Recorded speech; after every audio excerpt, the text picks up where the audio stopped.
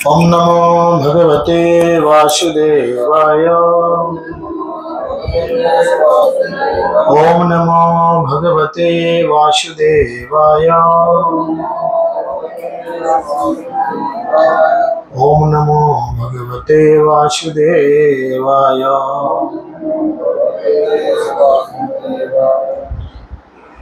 नारायणं नमस्कृत्यं नरं चैव नरोत्तमं देवीं सरस्वतीं व्यासं ततो जयो मुदीरयेत्। मुखं करोति वाचालं पुंगुं लङ्घयते गिरिं यत्कृपातमहं वन्दे श्रीगुरुं दिनतारिणं परमानन्दमाधवं श्रीचैतन्येश्वरं श्रीचैतन्यमनोभीष्टं स्थापितं जनभूतले स्वयं रूपकदा मह्यं ददाति स्वपदान्तिकं। नित्यप्राय शुभभद्रेषु नित्यं भगवतु सेवया भगवतेरुत्तम श्लोके भक्तिर्भवति नैष्ठिकी। सकले दुई हाथ तुले बोलुन हरे कृष्णा कृष्णा कृष्णा हरे हरे हरे राम राम राम हरे। श्रील प्रभुपाद की पतित पावन गुरु महाराज की निताई गौर प्रेमानंद। हरे कृष्णा। तो सकल के सर्वप्रथम आंतर्जातिक कृष्ण भवनामृत संघ पक्ष থেকে প্রীতি শুভেচ্ছা এবং অভিনন্দন। আমরা প্রত্যেক দিন চৈতন্য চরিতামৃত থেকে বিভিন্ন লীলা কথা অধ্যয়ন করছি, মহাপ্রভুর বিভিন্ন লীলা। তো যে সমস্ত ভক্তরা অনলাইনে শ্রবণ করছেন তাদের চরণে দণ্ডবত প্রণাম। যারা এখানে উপস্থিত রয়েছেন সকলের চরণে দণ্ডবত প্রণতি জ্ঞাপন করছি। তো আমরা আগের দিনে মহাপ্রভুর কতগুলি বাল্যলীলা শ্রবণ করেছি। তো আগের দিনে আমরা জানতে পেরেছি যে মহাপ্রভুকে যদি কেউ খারাপ করার জন্য চিন্তা করে তাহলে মহাপ্রভু তাকে কৃপা করেন। এবং কিভাবে কৃপা করেন না, মার খেয়ে প্রেম দেয় এমন দয়াল তো নাই রে। তিনি মার খান কিন্তু অপ্রাকৃত কৃষ্ণ প্রেম সবার মধ্যে তিনি প্রচার করেন বা সকলের মধ্যে বিতরণ করেন।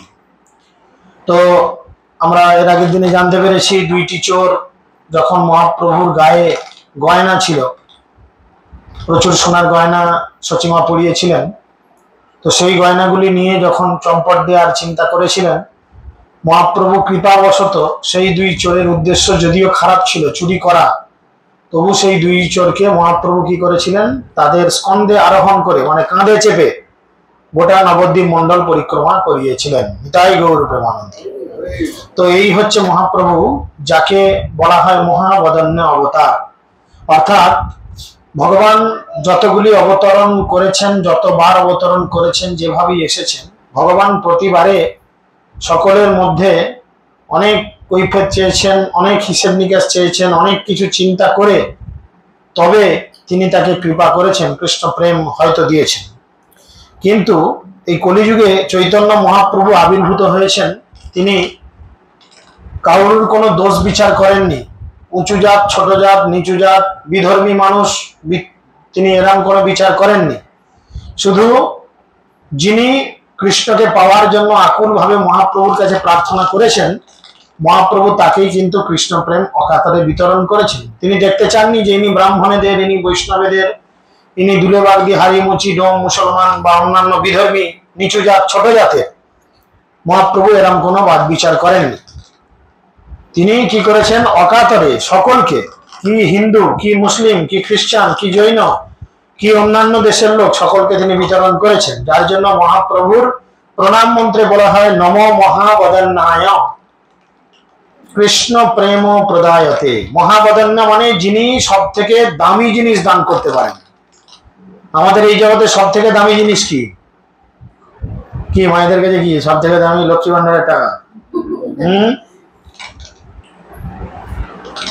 কি দামি? কি 1000 টাকা, 1200 টাকা মাসে, এটাই সব থেকে দামি, তাই না?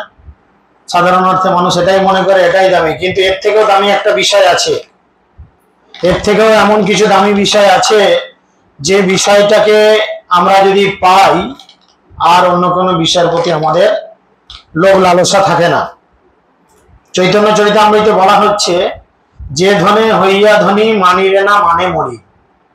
এমন একটা ধনী হতে হবে, এমন একটা টাকা পয়সার মালিক হতে হবে। ধন মানে কি? টাকা পয়সা তো, নাকি না? ছাড়া দেয় না কেউ রে ভাই। তো বাংলা বুঝতে পারছো না, হিন্দি বলবো না ইংরেজি?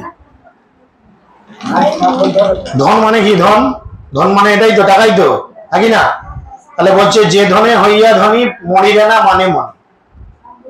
এমন টাকায় সে ধনী হয়েছে যে সে তার কাছে স্পর্শমণি, স্পর্শমণি বুঝেন? স্পর্শমণি এমন একটা মণি যেটা যার মধ্যে ঠেকানো হতো সেইটাই সোনা হয়ে যেত। এরকম একটা পেলে ভালো হয় না? এই বসে থাকতে থাকতে জানলার রডটায় ঠেকিয়ে দিলেন, গোটা জানলাটা সোনার। মাদুর গুলো ঠেকিয়ে দিলেন, মাদুরটা সোনার।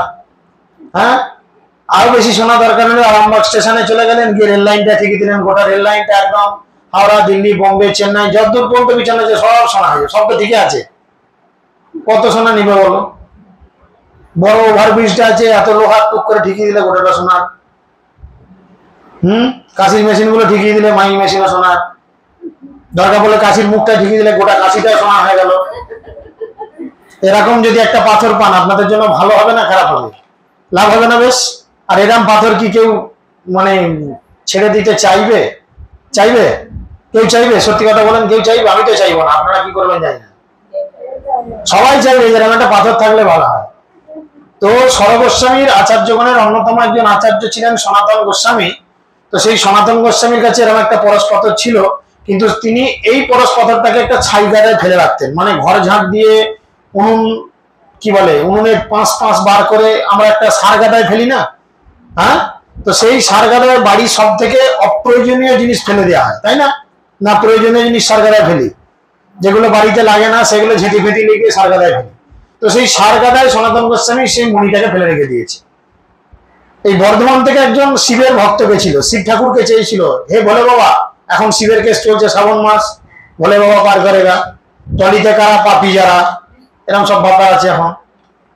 তো এই ভোলে বাবাকে সন্তুষ্ট করেছিল, আর ভোলে বাবাকে সন্তুষ্ট করার ফলে ভোলে বাবাকে বলেছিল, আমাকে এমন একটা জিনিস, এমন ধনী করে দাও যাতে আমার টাকা পয়সার কোনো অভাব না হয়। বললো, বাবা আমি তো শ্মশানবাসী, কোথা পাবো? হ্যাঁ পাবো, আমি শ্মশানবাসী। তাহলে তুমি এক কাজ করো, এই সনাতন গোস্বামীর কাছে একটা পাথর আছে, ঠেকিয়ে দিলি সব সময়, তার কাছে চাও। সে ছুটে গিয়ে সনাতন গোস্বামীর কাছে গেছিল, আর সনাতন গোস্বামীর কাছ থেকে সেই পরশ পাথর বলেছিল, হ্যাঁ বাবাজি, আপনি, আপনার কাছে আমি এসেছি, শিবজি পাঠিয়েছেন, আপনার কাছে সব থেকে দামি কি পাথর আছে সেটা আপনি আমাকে দেন, যেটা পেয়ে আমি ধনী হব। বললো আচ্ছা আচ্ছা, ওই সারকুড়ে ফেলা আছে, নিয়ে এসো। সে সারকুড়ে থেকে পাথরটা তুলে নিয়ে সে হাতে নিয়ে যেতে ভাবছে, বাবা এই পাথরটা যদি এত দামি হয় তাহলে কেউ সারকুড়ে ফেলে রাখে? বলেন, আপনাদের সোনার নাকের, কানের নাকের, গলার যদি সোনার হয়, আপনারা কি মনসা তলায় রাস্তার ধারে ফেলে রাখবেন? রাখবেন? আলমারির মধ্যে লকার, তার মধ্যে লকার, তার মধ্যে লকারে ঢুকিয়ে চাবি দিয়ে, চাবি কোথায় রাখবেন সেও ভুলে যাবেন, তবু চাবি দিয়ে রাখবেন, নাকি না?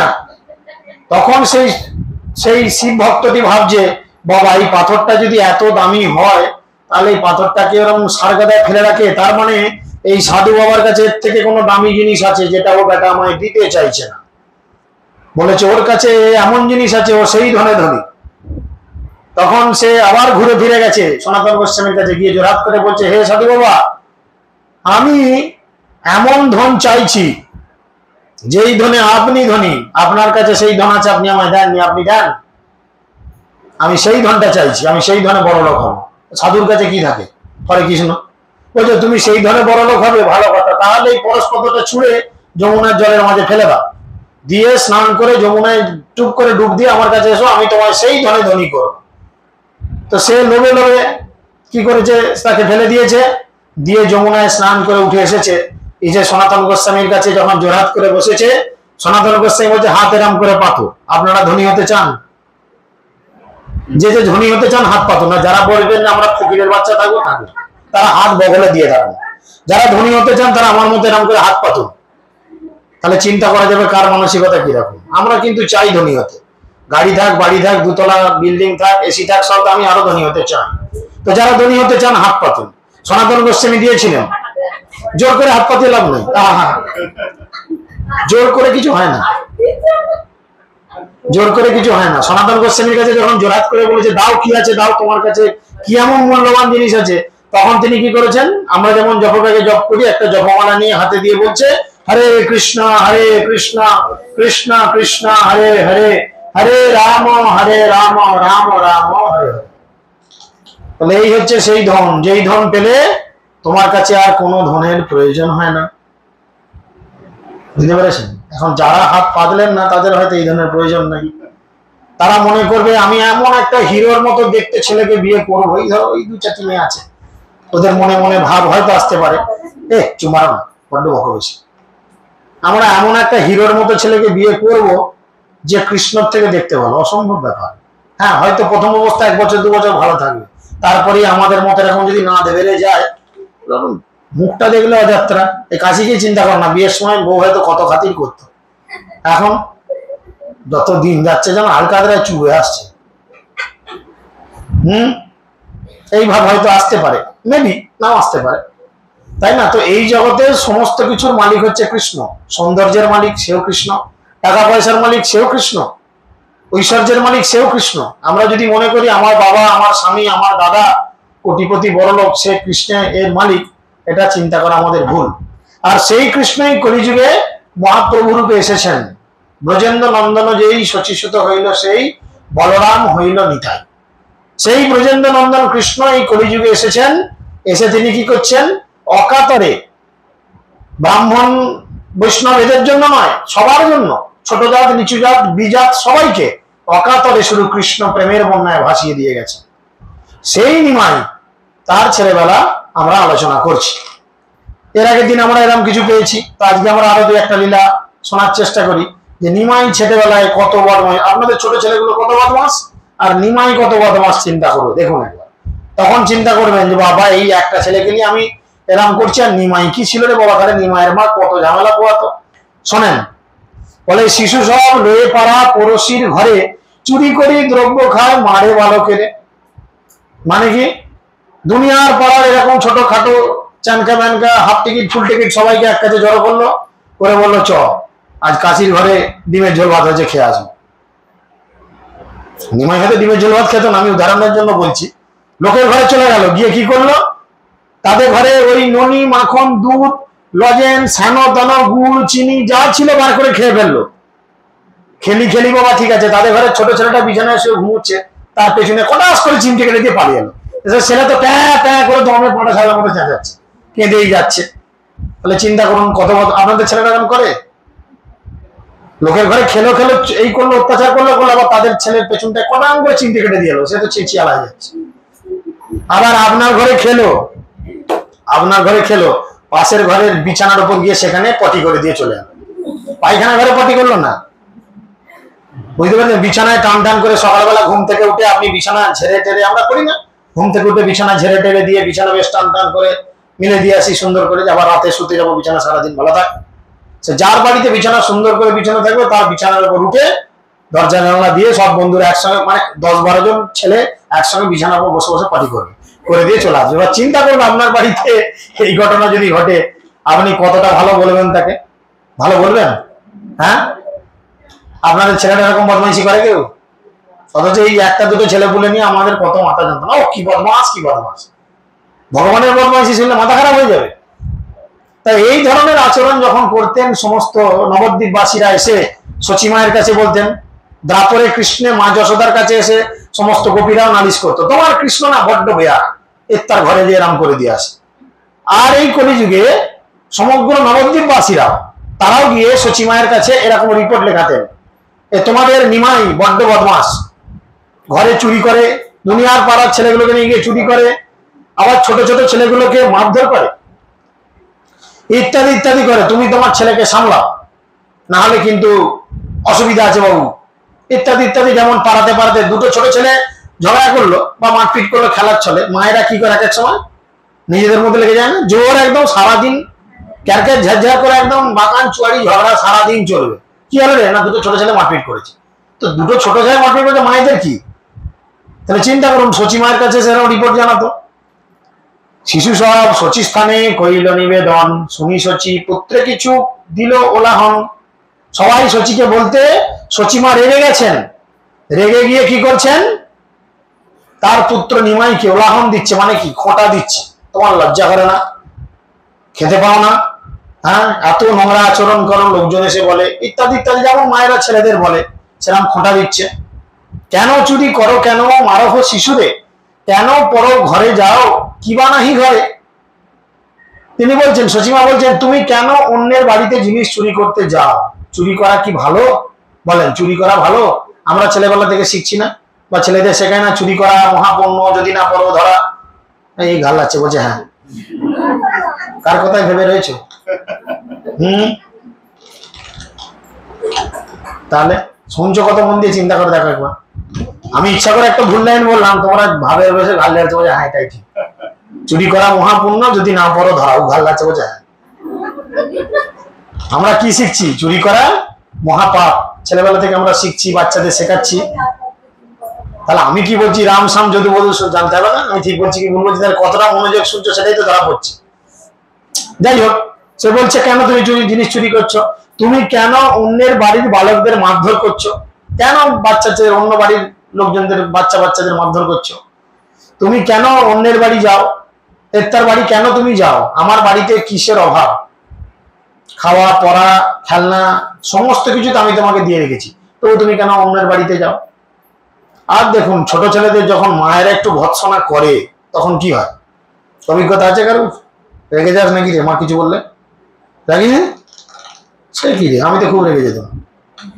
ছোট ছেলেদের মা যদি কিছু বলে, ছেলেদের কি একটু রাগ হয় না মনে মনে?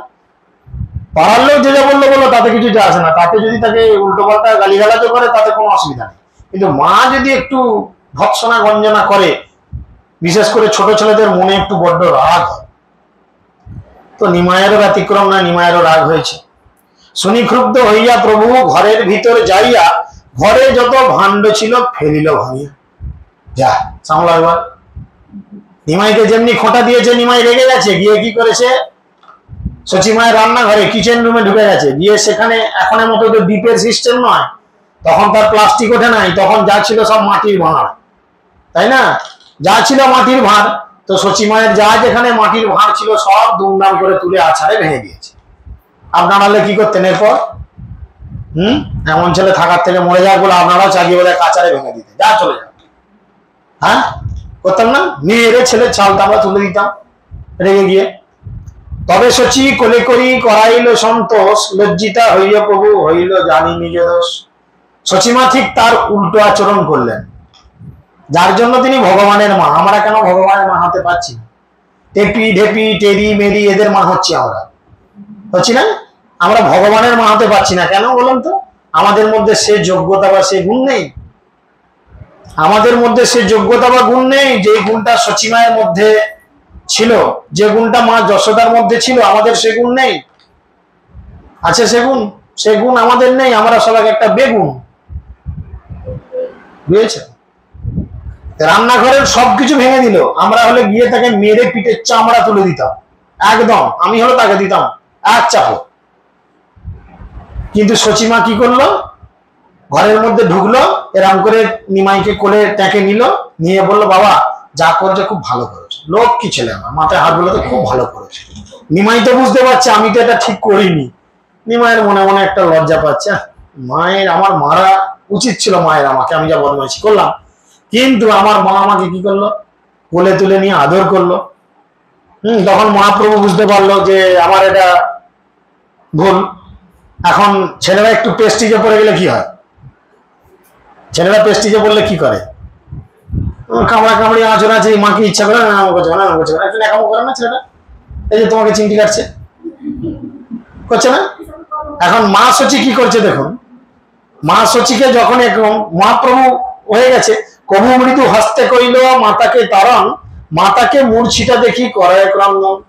এরকম লীলা ছেলেবেলায় আমাদের সঙ্গে কম বেশি সবারই হয়েছে, তাই না? আমার জীবনে তো হয়েছে, আমি দেখেওছি। তো যখনই সচিমা বলেছে তুমি ঠিক করেছো, মহাপ্রভু লজ্জা পেয়ে গেছে। মহাপ্রভু তখন ছোট্ট বালক, 5 বছর বয়স, একদম বাচ্চা ছেলে। তখন তিনি কি করছে, ইচ্ছা করে মাকে এক ঘা দিয়েছে, আস্তে করে মাকে মেরেছে। ছেলেরা মারে না মাকে? মায়ের কি লাগে? চিমটি কাটলো, তোমার লাগলো কি? লাগলো কি? লাগলো না। তাই না? মহাপ্রভু ইচ্ছা করে মাকে আজ্ঞা দিয়েছে, আর মা ইচ্ছা করে অজ্ঞান হয়ে যাওয়ার ভান করেছে, উল্টো করে ভান করেছে অজ্ঞান হয়ে যাওয়ার। ব্যাস, মা যেমনি অজ্ঞান হয়ে গেছে, মায়ের কোনো কথা নেই, মাকে নাড়িয়ে তুলতে পারছে না, এবারে মহাপ্রভুর কান্না দেখো। আমার জীবনে এরকম ঘটেছিল। আমিও তখন খুব ছোট, যেদিনে আমি না পড়তাম, আমার মা ইচ্ছা করে বলতো তুই পড়বি না তো, ঠিক আছে, অন্ধকারে মা পুকুর পাড়ের দিকে একটু চলে যেত, আড়ালে চলে যেত, ব্যাস আমিও গোটা পাড়া মাগো মাগো মাগো, কোথায় গেল গো, আমি আর করবো না গো, পড়বো গো। আমার জীবনে ঘটেছে একদম সেম ঘটনা, মাকেও বলি মাঝে মধ্যে। এখন চতুর্দিকে আমাদের ওখানে এখন পৌরসভা হয়ে গেছে, লাইট হ্যালোজেন জ্বলে, আর আজ থেকে 40 বছর আগে তখন তার এত কিছু থাকেনি, তখন এতটা করে কাদা, আমাদের বাড়ির সামনে এতটা করে কাদা, বর্ষাকাল মানে আর কিছু নাই, কারেন্ট একদিন চলে গেলে 10 দিন পর হয়তো আসতো, যদিও জ্বলতো সন্ধ্যেবেলা টুমটুম করে লম্প দিয়ে দিয়ে বা লণ্ঠন দিয়ে লোকের মুখ দেখতে তোর কে লিবে, এমন ভোল্টেজের ছিঁড়ি থাকতো তখন। তো সেই জন্য শশীমা কি করেছে, ইচ্ছা করে অজ্ঞান হয়ে যাওয়ার ভান করছে, আর মহাপ্রভু তখন প্রচন্ড কাঁদতে আরম্ভ করেছেন। আর আশেপাশের সমস্ত লোকজন, আশেপাশের এই বাচ্চাগুলোকে বাইরে রেখে দাও, নাহলে অন্য ঘরে ঢুকে চাবি মেরে দাও। আশেপাশের লোকজন মহাপ্রভুর এই কান্না শুনতে পেয়ে তখন কি করলো, তখন তারা ছুটে আসলো, যে কি ব্যাপার, হঠাৎ কেন এদের বাড়ির বাচ্চাটা কেঁদে উঠলো, তাই না? ও মাগো করে কেঁদে উঠলে কি হবে, হঠাৎ করে যদি কেঁদে ওঠে, আশেপাশে আপনাদের বাড়ির লোক তো ছুটে আসবে, দেখি দেখি হলো, মা গলায় দড়ি নিল না, বিষ খেলো না, গায়ে আগুন লাগালো, সেরকম চিন্তা করে ছুটে এসেছে যে কি ব্যাপার, নিমাই কাঁদছে কেন। নারীগণ ছুটে এসেছে, নারীগণ কহে নারিকেল দেহ আনি, তবে সুস্থ হইবেন তোমারও জননী। ছোট ছোট মায়েরা এসে বুঝতে, আশেপাশের সব মায়েরা এসে বুঝতে পেরেছে, বাচ্চাকে চুপ করান, আশেপাশের মায়েরা এসে বুঝতে পেরেছেন কি, যে এটা শচীমা নাটক করছে। অনেক সময় আছে না, ছেলে মায়ের পায়ের কাছে পড়ে কাঁদছে, আর আশেপাশে সব বইয়েরা এসে বলছে কি হলো কি হলো, তখন শচীমা হয়তো মাথাটা তুলে ইশারা করে চুপ চুপ চুপ, বেটাকে সাহায্য করার জন্য এমন করছি। তখন আশেপাশে সব মা কাকিমা জেঠিমা যারা আসছে, তারা তখন নিমাই করছে, নিমাই তোর মায়ের অজ্ঞান অবস্থা কিন্তু কাটবে না, কি করে কাটবে জানিস, দুটো নারকেল নিয়ে আসতে হবে। হ্যাঁ, মায়ের জন্য নারকেল আনতে হবে, যেমনি শুনেছে। নিমাই কি করেছে, বাইরে যাইয়া আনিলেন 2 নারিকেল, দেখিয়া অপূর্ব হইল বিস্মিত সকল। নিমাই অ্যাকচুয়াল কে, তিনি হচ্ছেন অনন্ত কোটি জগতের মালিক, তিনি হচ্ছেন জগন্নাথ, তিনি হচ্ছেন স্বয়ং ভগবান, তার কাছে দুটো নারকেল কোনো ব্যাপার, তিনি ইচ্ছা করলেই তার হাতে মুহূর্তের মধ্যে নারকেল চলে আসবে, হ্যাঁ কি না? তো ঘরের বাইরে বেরিয়েছেন, 2 হাত পেতেছেন, দুটো নারকেল, দুটো হাতে দুটো নারকেল, সঙ্গে সঙ্গে ঘরে চলে এসছে, তাই না? সঙ্গে সঙ্গে ঘরে চলে এসছে, আশেপাশের লোকজন তো অবাক, বাবা ঘরের বাইরে গেল আর দুটো নারকেল নিয়ে চলে এলো। কবু শিশু সঙ্গে স্নান করিতে গঙ্গাতে, কন্যাগণ আইল তাহা দেবতা পুজিতে। আবার বদমাইশি কিরকম করতো, কখনো কখনো বাচ্চা বাচ্চা ছেলেদের সঙ্গে গঙ্গায় চান করতে যেত, এইসব ছোট ছোট ছেলেরা পুকুরে নামে না মাঝে মধ্যে চান করতে, নিজের মধ্যে মাটি লেগে পড়ে। তো নিমাই কি করতো, সেই সমস্ত তার বন্ধু বান্ধবদের নিয়ে গঙ্গায় স্নান করতে যেত। আর গঙ্গা পুজো করতে অনেক সময় তখনকার দিনে মেয়েরা আসতো, মেয়েরা ছোট ছোট মেয়েরা, যেমন সরস্বতী পুজোর দিনে দেখবেন সবাই শাড়ি পরে, তাই না? সরস্বতী পুজোর সময় স্কুলে এইটুকু মেয়ে নিজের প্যান্ট খুলে যায় 14 বার, সেও শাড়ি পরে কেরামতি করে যাচ্ছে। বাবা, তোকে কে পড়িয়ে দিল না, আমাকে মা পড়িয়ে দিয়েছে। আছে না, ছোট ছোট মেয়েকে দেখতে ভালো লাগে, এইটুকু বাচ্চা নিজের প্যান্ট খুলে যায় 14 বার টেনে তুলে, সেও শাড়ি পরে সরস্বতী পুজোর দিন খিচুড়ি খেতে যাচ্ছে। তো সেরকম ছোট ছোট মেয়েরা সেজে গুজে গঙ্গার পাড়ে আসতো গঙ্গা দেবীকে পূজা করতে, আর নিমাই চান করতো, নিমাই চান করতো। আর সেই মেয়েগুলো আসতো কেন না, মেয়েরা গঙ্গা দেবীর পূজা করতো কেন না, আমরা যেন ভালো বর পাই।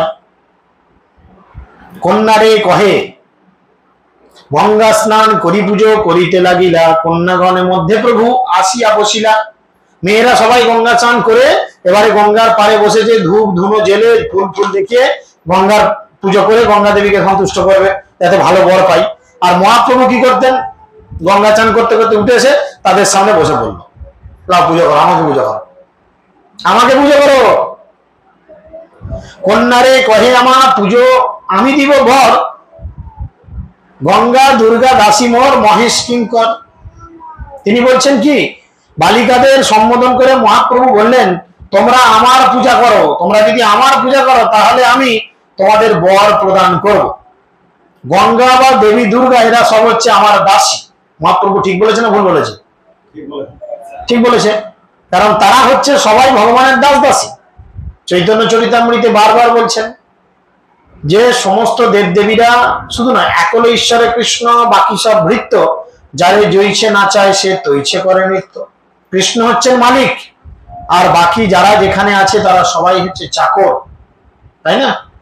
তো সেই জন্য তিনি বলছেন গঙ্গা এবং দুর্গা তারা তো আমার দাসী, আর অন্যান্য দেবতাদের কি কথা? মেয়েরা সাধারণত বর পাওয়ার জন্য কোন ঠাকুরের পুজো করে? এই কোন ঠাকুরের পুজো করে? এই বুড়ি বল, শিবের পুজো করে। হাসার কি আছে? ঠিকই তো বলেছে, হাসছে কেন? কি মুশকিল কথা, তো সরল মানে একদম পরিষ্কার উত্তর দিয়েছে, একদম ঠিক কথা বলেছে। 100টা লোকের 100টা লোক শিবের পুজো করে ভালো বর পাওয়ার জন্য, তাই না? শিবরাত্রি করে কেন না? শিবের মতো বর পাবো। কিন্তু দুর্ভাগ্য করে নন্দী ফিরিঙ্গির মতো বর জুটে যায়। নেশাখোর, মাতালখোর, বিড়িখোর, গাঁজাখোর, মালখোর, এগুলো জুটে যায়। এগুলো তো নন্দী ফিরিঙ্গি জুটে যায়।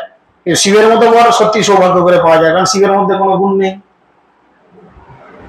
শিব ত্রিগুণের ঊর্ধ্বে, শিব হচ্ছেন শুদ্ধ বৈষ্ণব, সমস্ত দেবতাদের আদিদেব, তার নাম দেবাদিদেব। শিবের মতো বর পাওয়া কিন্তু চারটিখানি কথা নয়, অনেক সৌভাগ্যের ফলে জুটে মেয়েদের। তো তাই তারা কি, মহাপ্রভু কি বলছেন, আরে অন্যান্য দেবতাদের কি কথা, এমনকি শিব পর্যন্ত হচ্ছে আমার চাকর। কৃষ্ণের চাকর তো সকলেই, কি শিব, কি দুর্গা, কি কালী, কি আপনার ব্রহ্মা, অনন্ত কোটি দেবদেবী যারা যারা রয়েছে সবাই ভগবানের চাকর, কিছু করার নেই। তাই তিনি বলছেন আরে সবাই আমার চাকর, আমার তোমার টেনশন নিচ্ছে কেন?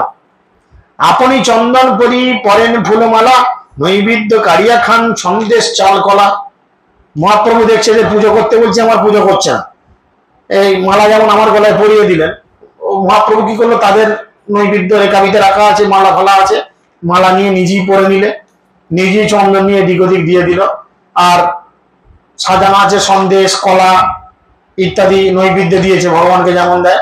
মহাপ্রভু সেগুলো তুলে নিজেই চবাং চবাং করে খাচ্ছে। যে খাচ্ছে সে কে?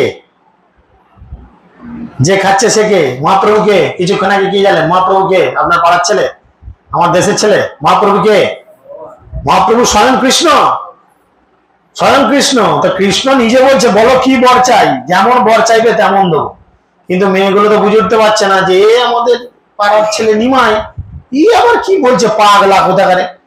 রেগে গেছে মেয়েগুলো, বলছে ক্রোধে কন্যা গণ কহে শোনো হে নিমাই, গ্রাম সম্বন্ধে তুমি হও আমার সবার ভাই। এই নিমাই অসভ্যতা করছে, পাড়া সম্পর্কে তুমি আমাদের ভাই হও না? হ্যাঁ, আমার সবাকার পক্ষে ইহা করিতে না জুড়ায়, না নহ দেবতা সজ না করহ অন্যায়। তাই তোমার পক্ষে এরকম আচরণ করা কখনো উচিত নয়। তুমি দেবতা, তুমি ভগবান, মরলি করছো এখানে বসে বসে, যাও এখান থেকে যাও। কারণ মেয়েগুলো বলছে প্রভু কহে তোমার সবাকে দিল এই বর, তোমার সবার ভর্তা হবে পরম সুন্দর। মহাপ্রভু তখন বলছেন শোনো শোনো, আমি তোমাদের সবাইকে হাত তুলে বলছি, আমি তোমাদের সবাইকে এই বর দিচ্ছি। ভর্তা মানে হচ্ছে স্বামী, যিনি ভরণ পোষণ করেন। বিয়ের সময় আমরা বলেছিল তো নাকি, এই কাপড় দিচ্ছি, আলতা দিচ্ছি, মাছের মাথা দিচ্ছি, তোমার খাওয়া পড়া সবকিছু দায়িত্ব আমার। বউকে বলেছিল কিনা? তাই না? তাকে বলে ভর্তা, যিনি ভরণ পোষণের দায়িত্ব নেন। তাই মহাপ্রভু বলছেন তোমার সবাইকে আমি এই বর দিলাম কি, তোমার সবার ভর্তা হইবে পরম সুন্দর। আমি তোমাদের আশীর্বাদ করছি, তোমাদের সবার বর হবে সব থেকে ভালো, খুব সুন্দর। পণ্ডিত বিদগ্ধ যুবা ধনধান্যবান, 7 পুত্র হবে চিরায়ু মতিমান। তোমাদের স্বামীরা পণ্ডিত হবে, খুব জ্ঞানী ব্যক্তি হবে, বিদগ্ধ হবে, যুবা মানে ইয়াং হবে, বুড়ো হাবড়া হবে না। আর ধনধান্যবান মানে টাকা পয়সা কি হবে, টাকা পয়সা কি থাকবে, ভালোই থাকবে। আর 7টা করে সে ছেলেপুলের জন্ম দেবে। এখন আমরা বাবু বাবা 7টা, আগেকালকার দিনে অন্তত 1 ডজন না হলে ছেলেপুলের মা হতো নিকেও। খোঁজ নিয়ে দেখুন, সবার 12টা 14টা 15টা 20টা করে ছেলেপুলে, থাকি না? আর আমাদের এই কলিযুগে এসে বাবা একটা, তাও আবার সিজার, ওরে বাপ রে, ডাক্তারবাবু অপারেশন করে দেন, আর চাইনি, এটি রক্ষে নাই, তাই না?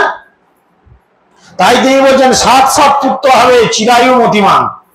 তারা, তোমার যে ছেলেপুলেগুলো হবে, তোমাদের যে বাচ্চা কাচ্চাগুলো হবে, তারা বেশ চিরায়ু মানে অনেকদিন বাঁচবে, এবং তারা অত্যন্ত বুদ্ধিমান হবে। কখন বরগুলো দেবে এরকম, যদি তোমরা কি করো, আমার পূজা করো। আমার পুজো করলেই বর তোমাকে দেবো। বর শুনি কন্যাগণের অন্তরে সন্তোষ, বাহিরে ভৎসন করে করি মিথ্যারস। এই বর শুনে মেয়েগুলো মনে মনে তো বেশ খুশি হচ্ছে, বা এরকম পেলে ভালোই হয়, এরকম যদি বর হয়, তাই না? কিন্তু বাইরে একটু রাগ দেখাচ্ছে, মুরলি করছে, বেশি পারা, এরকম চিন্তা, মনে মনে ভাবছে ঠিকই আছে, তাই না? এরকম দেখবেন আমাদের অনেক সময় হয়, ছোট ছেলেরা বদমাইশি করে, তখন মনে হয় মেরে পিঠটা ফাটিয়ে দিই, কিন্তু এক সময় মনে হয় ঠিকই করেছে। তাই সেই জন্য এবার নিমাই বলছে, কোন কন্যা পলাইল নৈবেদ্য লইয়া, তারে ডাকি কহে প্রভু শক্রোধ হইয়া। মহাপ্রভুর এইরূপ আচরণ দেখে কোন কোন মহিলা রেগে গিয়ে নিমাইয়ের সামনে থেকে সেই সন্দেশের যা রেখাবি ছিল তুলে নিয়ে চলে গেল, পাকামি হচ্ছে। আর মহাপ্রভু দিয়ে রেগে গেল, কি হলো, আমার সামনে থেকে সব শরীর নিয়ে চলে গেলে, রেগে গেল। রেগে গিয়ে এবার বলছেন, যদি নৈবেদ্য না দেহ হইয়া কৃপণী, বুড়ো ভর্তা হবে আর চারি চারি সতিনী। যদি আমাকে নৈবেদ্য না দাও তাহলে কি হবে, বুড়ো বুড়ো করবি তো, বুড়ো বল, কি হবে, বুড়ো বুড়ো বর হবে আর চার চারটে সতীন থাকবে। চিন্তা করো, মহাপ্রভু বলছেন যদি আমাকে খেতে না দাও, পূজা না করো, বুড়ো বর হবে আর কটা সতীন থাকবে, চারটে। বারবার বলছে বুড়ো ভর্তা হবে আর চারি চারি সতিনী। ইহা শুনি তা সবার মনে হইল ভয়, কোনো কিছু জানে কিবা দেবা বিষ্ট হয়। শ্রী চৈতন্য মহাপ্রভুর আপাত অভিশাপ শুনে মেয়েরা মনে মনে ভয় পেয়ে গেল। তারা ভাবলো হয়তো কোনো ঠাকুর টুকুর ভর করেছে। অনেক জায়গায় আছে না, মনসাতলা, কালীতলা, এই তলা তাই তলা, সব ভয়ের ব্যাপার আছে। মনে হচ্ছে ঠাকুর ফাকুর এই নিমায়ের উপর ভর করেছে, বুঝলি। আমরা এরকম ভয় খেয়ে যাই না, দেখবে মনসাতলা, কালীতলায় যাদের এই ভর ফর হয়, এখানে কেউ নাই তো, আমাকে গালে ছেড়ে দিবে তাহলে, যাই হোক অসুবিধা নেই, ছিটতে পারো। তো বিষয় হচ্ছে দেখো, এরকম কিছু ভরের বিষয় থাকে, তো আমরা ভয়ে ভয়ে যাই, ওরে বাবরে মায়ের কাছে যেওনি, মা রেগে আছে, এখন এক্ষুনি যদি বলে তারে করে গলাটা নামিয়ে দেবো, বিপদ হয়ে যাবে, এরকম একটা ভয় থাকে আমাদের মধ্যে। ধর্মকে ভয় খাওয়ার জিনিস তো নয়, ধর্মকে সাদরে আনন্দের সঙ্গে গ্রহণ করা উচিত। ধর্ম কোনোদিন ভয় খেলে, দেখো কেউ যদি কাউকে ভয় খায়, সে কি তাকে ভালোবাসতে পারবে? পারবে? মনের কথা খুলে বলতে পারবে? আমরা পুরুষরা যদি আমার স্ত্রীকে ভয় খাই, আমি কি আমার স্ত্রীকে মনের কথা সব খুলে বলতে পারবো? আমার স্ত্রী যদি আমাকে ভয় খায়, সে কি আমার কাছে সব মনের কথা খুলে বলতে পারবে? পারবে? ঠিক সেরকম এই যে ভক্ত আর ভগবান, এই দুজনের মধ্যে সম্পর্কটা হচ্ছে প্রেমিক প্রেমিকার মতো। কেউ কাউকে ভয় খায় না, আদান প্রদান হয়। কিসের আদান প্রদান হয়? একে অপরের সঙ্গে হৃদয়ের আদান প্রদান হয়। তাহলে মহাপ্রভু সেই শিক্ষা দিচ্ছে। কিন্তু আমরা সচরাচর এই হিন্দুরা কি হয়েছি, এখন ধর্মভীরু, এখন হয়ে গেছে, বাচ্চাকে সরাও সামনে থেকে, এখন হয়ে গেছি আমরা ধর্মভীরু, তাই না? আমরা ধর্মকে ভয় খাচ্ছি। ওরে বাবরে, আজকে বৃহস্পতিবার, মা লক্ষ্মীর পুজো হওয়া, নাহলে কিন্তু ভাড়ার শূন্য। তাই না? আজকে নাগ পূর্ণিমা, যদি মা মনসার পূজা না করি, ধরা ধ্যানা সব যদি দেয় পেছনে ছেড়ে, চুটিয়ে মেরে দেবে। হ্যাঁ, চ বাবা, তার থেকে মা মনসাকে সন্তুষ্ট করে আসি। আজকে শিবের বার, মাথায় জল ঢাল, নাহলে বাবা খেপে গিয়ে যদি ত্রিশূল দিয়ে ছুটে আসে, দক্ষ যজ্ঞ বাদিয়ে দিবে, তাই না? কিন্তু দেখুন, অবশ্যই দেবতারা এরকম আচরণ করে, দেবতারা এরকম আচরণ অবশ্যই করে, কিন্তু দেবতারা কোন জায়গায় সন্তুষ্ট থেকে কিছু করে না, যদি আপনি তাদের অফিসের যে বস, তাদের যে কর্তা, তাকে মেনটেন করেন, তাকে যদি আপনি মেনটেন করেন, তার ফলে কি হয়, কোন রকম। এই বাচ্চাকে নিয়ে একটু বাইরে যাও না, ডিস্টার্ব করছে বড্ড।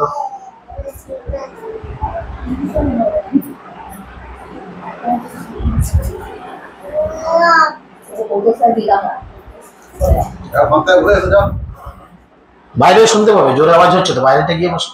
অনেকের সমস্যা হচ্ছে, কারণ এখানে তো নেটে অনেকে শুনছে, শুধু তোমরা নয়। তো সেই জন্য আমাদের ধর্মভীরু না হয়ে ধর্মকে বোঝার চেষ্টা করা উচিত, পড়ার চেষ্টা করা উচিত। আপনারা এখানে রয়েছেন সবাই, বলুন তো আমাদের, আপনারা সবাই হিন্দু তো, না অন্য কোনো জাতের লোক আছেন? সবাই হিন্দু তো নাকি? হিন্দু তো? আরে ছোট জাত বড় জাতের কথা বাদ দেন না, সবাই হিন্দু থাকি না? তাহলে বলুন তো, কে কে ধর্মগ্রন্থের নাম জানেন? হাতটা তুলুন। বলতে হবে না, হাত তুলুন যে আমি আমাদের ধর্মগ্রন্থের নাম কি জানি। দেখো, তোরা স্কুলে যাস নাকি না? স্কুলে যাস তো? কোন ক্লাসে পড়িস? 11-এ পড়িস, মানে তুই বাচ্চা ছেলে নিশ্চয়ই নয়। তুই রীতিমতো বড় হয়েছিস, তাহলে তুইও জানিস না যে আমি হিন্দুদের আমাদের ধর্মগ্রন্থের নাম কি। এটা লজ্জার বিষয় না আনন্দের বিষয়? একটা মুসলমানদের পাড়ায় গিয়ে দেখবি 5 বছরের ছেলেকে জিজ্ঞেস করবি, আরে বাবা তোদের ধর্মগ্রন্থের নাম কি? কেন? কোরআন শরীফ, এক্ষুনি বলে দেবে, বলবে না? পরীক্ষা করে দেখবি, যদি ভুল হয় কাশির কাছে আমার মোবাইল নিয়ে আমাকে দুটো কথা শোনাবে। এগুলো আমাদের হিন্দুদের লজ্জা। কেন না আমরা সব করব কিন্তু ধর্ম আচরণ করব না। সব করব, জুতো সেলাই থেকে চণ্ডীপাঠ সব করব, কিন্তু আমরা ধর্ম আচরণ করব না। যে কারণে আমাদের দুঃখের এই অবস্থা। আমরা দুঃখের মধ্যে রয়েছি, কি কারণে দুঃখ পাচ্ছি আমরা বুঝছি না, আমরা একে তাকে দায়ী করছি। গরিবের ঘরে জন্মেছি তো, আরে বাবা গরিবের ঘরে তো তুমি তোমার কারণেই জন্মেছো। আমার এই দুর্ভাগ্য চলছে, এই ক্ষতি হচ্ছে, তাই ক্ষতি হচ্ছে, কেন? তোমার নিজের কারণেই তো ক্ষতি হচ্ছে, অন্যের কারণে তো ক্ষতি হচ্ছে না। কারণ ভগবান আমাকে যে জীবনে মানুষ করে হয়তো পাঠিয়েছিল, প্রচুর টাকাও দিয়েছিল, তখন সেই টাকা দিয়ে ভগবানের সেবা না করে কি করেছি? মদ খেয়েছি, মাংস খেয়েছি, নোংরা কাজ করেছি। ভগবান ওই জন্য পরের জীবনে হয়তো আমার ভালো কাজের জন্য মানুষ করেছে, কিন্তু টাকা দেয় না। তাহলে আমি কি হয়েছি? এখন ভিখারি বাচ্চা হয়েছি, গরিবের হয়েছি। এখন নিজের কপাল চাপড়ালে কি হবে? যখন দিয়েছিল তখন তো কাজে লাগাইনি। তাহলে এখন মানুষের জীবন পেয়েছি। মানুষের জীবন কেন পেয়েছি? না ভগবানের সেবা করার জন্য, ভগবানকে জানার জন্য। সেইটা পেয়ে কি করলাম? মনুষ্য জন্ম পাইয়া রাধা কৃষ্ণ না ভজিয়া, জানিয়া শুনিয়া বিষ খাইনি। কেউ বিষ খেয়েছে এখানে? অভিজ্ঞতা আছে কারো? নাইলে ও ধর্মের বউ হাসপাতালে ভর্তি হয়েছে, দুদিন দেখতে দিস কি কত বিষ খা রুগী। বিষ খেলে বেদম জ্বালা যন্ত্রণা। যারা খেয়েছে জিজ্ঞেস করবি কি আরামে আছে তারা। ও আর খাবে না জীবনে, গায়ে ছড়াবো তবু খাবো না, তাই না? যারা খেয়েছে জিজ্ঞেস করে, জানো ডাক্তার কাছে কেমন ওয়াজ করেছে, মুখ দিয়ে নল, নাক দিয়ে নল ঢুকি। তাহলে বিষের জ্বালা কিরকম, ঠিক সেটা। আমরা মনুষ্য জন্ম পাইয়া রাধা কৃষ্ণ না বুঝিয়া, মনুষ্য মানুষ তো আমরা নাকি, না জন্তু জানোয়ার কুকুর ছাগল, সবাই মানুষ তো, কিন্তু আমরা রাধা কৃষ্ণের ভজনা করছি না। তার ফলে কি হয়েছে? জানিয়া শুনিয়া বিষ খাইনি। বিষ খেলে কি হবে? বাঁচবো না মরবে? যদিও বাঁচি, জ্বালা যন্ত্রণা হবে কি হবে না? অনেকেই বিষ খাওয়া রোগীগুলো কিডনি গুলো নষ্ট হয়ে যায়, লিভার নষ্ট হয়ে যায়, স্টোমাক নষ্ট হয়ে যায়, কত সমস্যা বিষ খাওয়া রোগীদের। হয়তো বেঁচে ঘরে ফিরলো, কিন্তু শরীরের পার্টস গুলো একটা একটা ফুটে যায়, তাই না? চিন্তা করা গেল নাকি? তো সেইটা হচ্ছে ব্যাপার। অতএব সময় আছে, সময় এখনো আছে, এখনো সময় আছে। ভগবান এখন আমাদের সময় দিয়েছে। শিল প্রভুপাদের দ্বারা তিনি তার সেনাপতি ভক্তদের প্রতিটা গ্রামে গ্রামে পাঠিয়ে দিয়েছে। কেন? এই কৃষ্ণ ভাবনামৃতের আন্দোলন প্রচারে অংশগ্রহণ করার জন্য। আমরা ইচ্ছা করলেই ভগবানের এই সেবায় নিজেদের যুক্ত করে এই জীবনে ভগবত ধামে যেতে পারি, যেখানে গেলে ভুরুটা প্লাক করতে দোকানে যেতে হবে না, কটনি চিড়ে 20 টাকা না 40 টাকা বলতে হবে না, সেখানে ভুরু এমনি প্লাক করা থাকবে। মুখটা ফর্সার জন্য ফেস ওয়াশ মাখতে হবে না, ইত্যাদি ইত্যাদি ক্রিম মাখতে হবে না, যে গালটা চামড়াটা নরম থাক, বেশ চকচকে থাকে। সেখানে আবহাওয়ায় ভগবানের প্রসাদে এমনি সব চকচকে থাকে। ঠোঁটটা লিপস্টিক মাখতে হবে না লালের জন্য, এমনি লাল থাকবে। কেননা তারা প্রসাদ পাচ্ছে, ভগবানের কৃপা পাচ্ছে। ভগবানের ধামের ব্যক্তিদের বর্ণনাই এরকম, তাদের রূপ, তাদের শারীরিক গঠন এরকম ভাবে বর্ণনা করা রয়েছে শাস্ত্রে। আমরা লক্ষ্য করে দেখতে পারি যে যারা ভক্ত হচ্ছে, ঠিক মতো ভক্তি করছে, ভক্তি জীবন করছে, ভগবানকে নিবেদিত প্রসাদ খাচ্ছে, লক্ষ্য করে দেখ শুধু কি হচ্ছে। এই কাশি যদি ঠিক করে খায়, ঠিক করে ঘরে, তুই কাশি চকচক হয়ে গেছে। কিন্তু যদি ও ভেজাল করে, কিছু করার নেই, চকচকে ভগবানের মধ্যে আসবে না, গ্লেজ আসবে না। ভক্তদের যে গ্লেজ, ভক্তদের যে চোখ মুখের উজ্জ্বলতা ভাব আসবে না। আমার মা 78 ঠেকিয়ে দিল, দেখবি তোদের থেকেও চকচকে আসবে। হ্যাঁ রে, তোরা 11-এ পড়ছিস, তোদের চোখ মুখ দেখলে মনে হচ্ছে করতে গেলে তাই আমাশা রোগীগুলো উঠে এলো।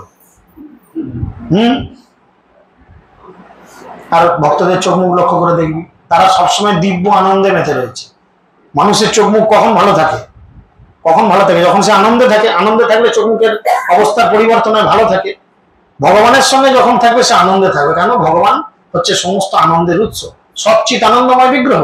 তাই যদি আমরা ভগবানের সঙ্গে নিজেদের জুড়ে রাখি, তাই আমাদের জীবনে দুঃখ বলে কিছু থাকবে না। দুঃখ হয়তো আসবে, এই প্রশ্ন করতে বলে দুঃখ কি, দুঃখ আসবে, কিন্তু সেই দুঃখটা চিরস্থায়ী হবে না।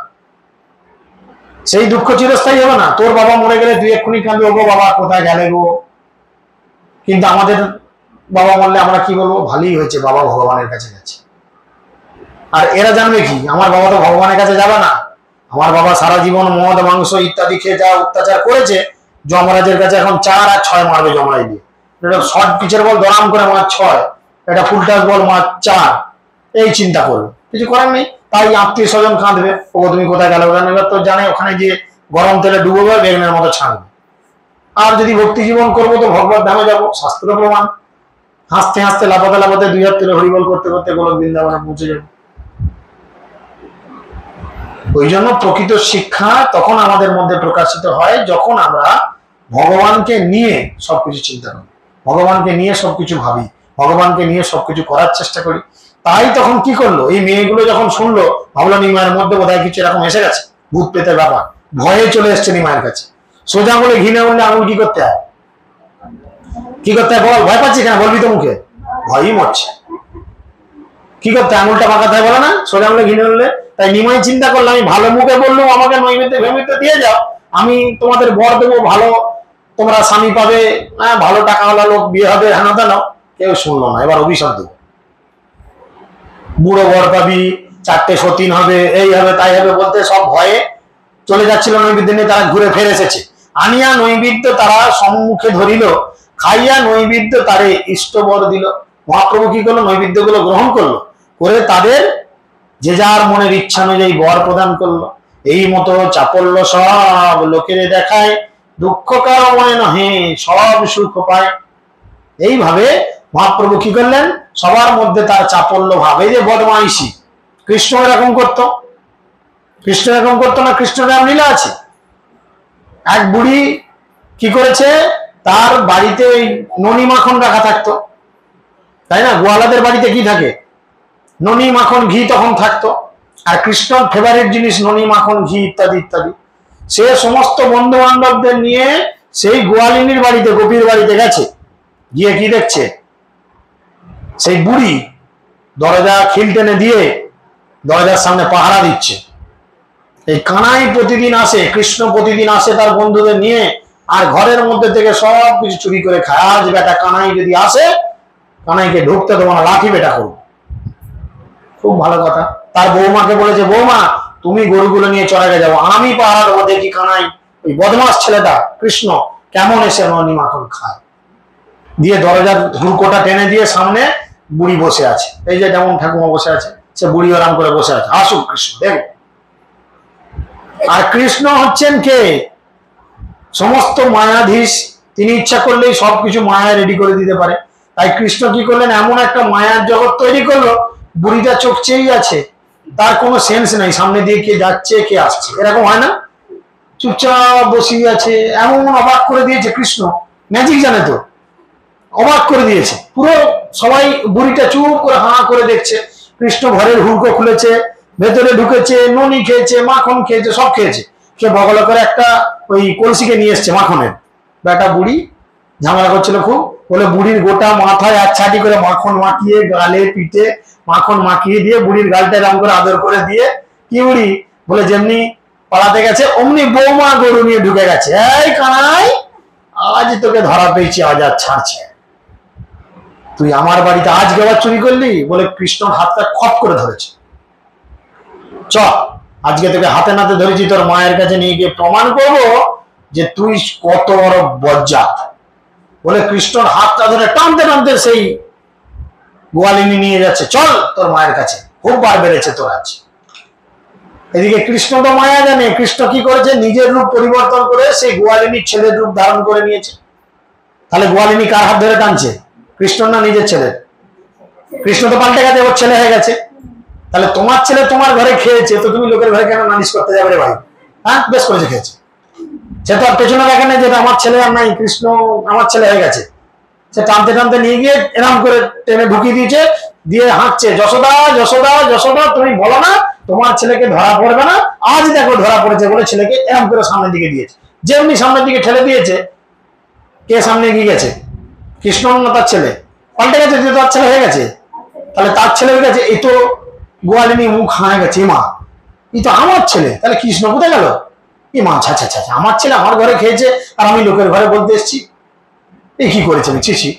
আর সেই ছেলে এরকম করে কোমরে হাত দিয়ে মায়ের দিকে দেখছে, মা আমি ঘরে দুটো খেয়েছি বলে তুমি লোকের ঘরে বলতে এলে, কি তুমি মা না অন্য কিছু?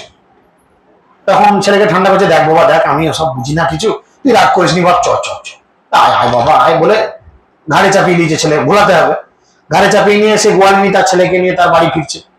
কৃষ্ণ কি করেছে, পাল্টে গিয়ে তার ছেলে থেকে আবার কৃষ্ণ হয়ে গেছে ঘাড়েতে। ঠিক আছে, ঘরে যেমনি পৌঁছেছে, শাশুড়ি বলছে, কি হলো বৌমা, তুমি যে কৃষ্ণকে নিয়ে গেলে মায়ের কাছে অভিযোগ জানাবে বলে, তাকে আবার ঘাড়ে করে নিয়ে আসার কি আছে? বলে না মা, আমি তো আমাদের খেপাকে ঘাড়ে করে নিয়ে এসেছি। বলে নামিয়ে দেখো দেখি। ঘাট থেকে নামিয়ে দেখছে কি, কে? কৃষ্ণ। অবাক হয়ে গেছে, গালে হাত দিয়ে বলছে, আচ্ছা কি ব্যাপার বলতো? বললো আজকে তোমাকে শেষ ওয়ার্নিং দিয়ে গেলুম, শেষ ওয়ার্নিং দিয়ে গেলুম, আজকে আমাকে এরম করে ফাঁসিয়েছো, তাই আজকে তোমার ছেলে হয়ে দেখিয়েছি, দ্বিতীয় দিন যদি আমাকে এরকম ফাঁসাও না, আমি তোমার স্বামী হয়ে দেখাবো।